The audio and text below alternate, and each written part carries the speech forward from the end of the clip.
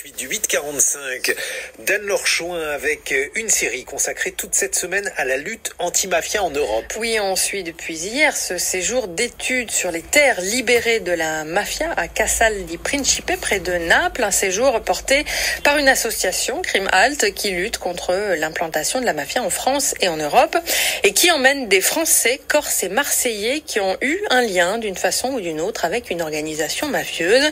Il s'agit pour Crime Halt de s'inspirer de l'expérience italienne, tant le pays a connu et connaît parfois toujours le crime organisé, mais l'Italie a aussi un temps d'avance dans la lutte contre la mafia, notamment en matière de réutilisation sociale des biens saisis ou confisqués aux mafias.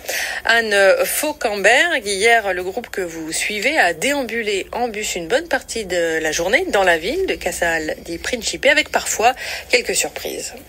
Elle était intense cette matinée, tant il y a à voir. Sur 56 biens confisqués à la mafia, 22 ont été mis à disposition de coopératives ou d'institutions, ce qui n'est pas possible actuellement en France pour la confiscation des biens criminels.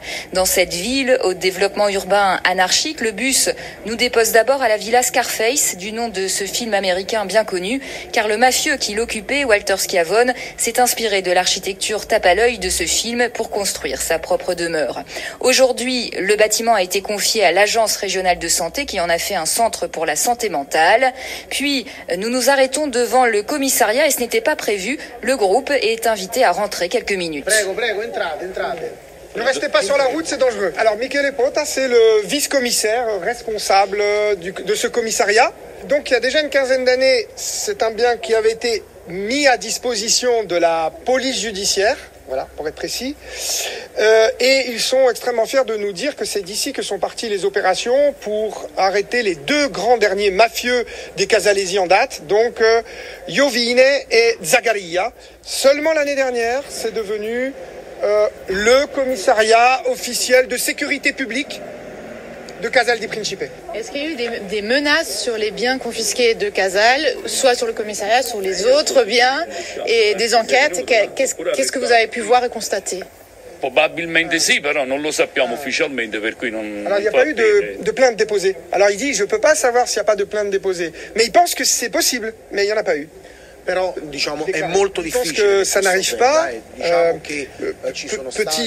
Petite précision, n'oubliez pas qu'ici c'est pas comme la Sicile, les biens confisqués, réutilisés, c'est arrivé plus tardivement, plutôt dans les années 2010-2015.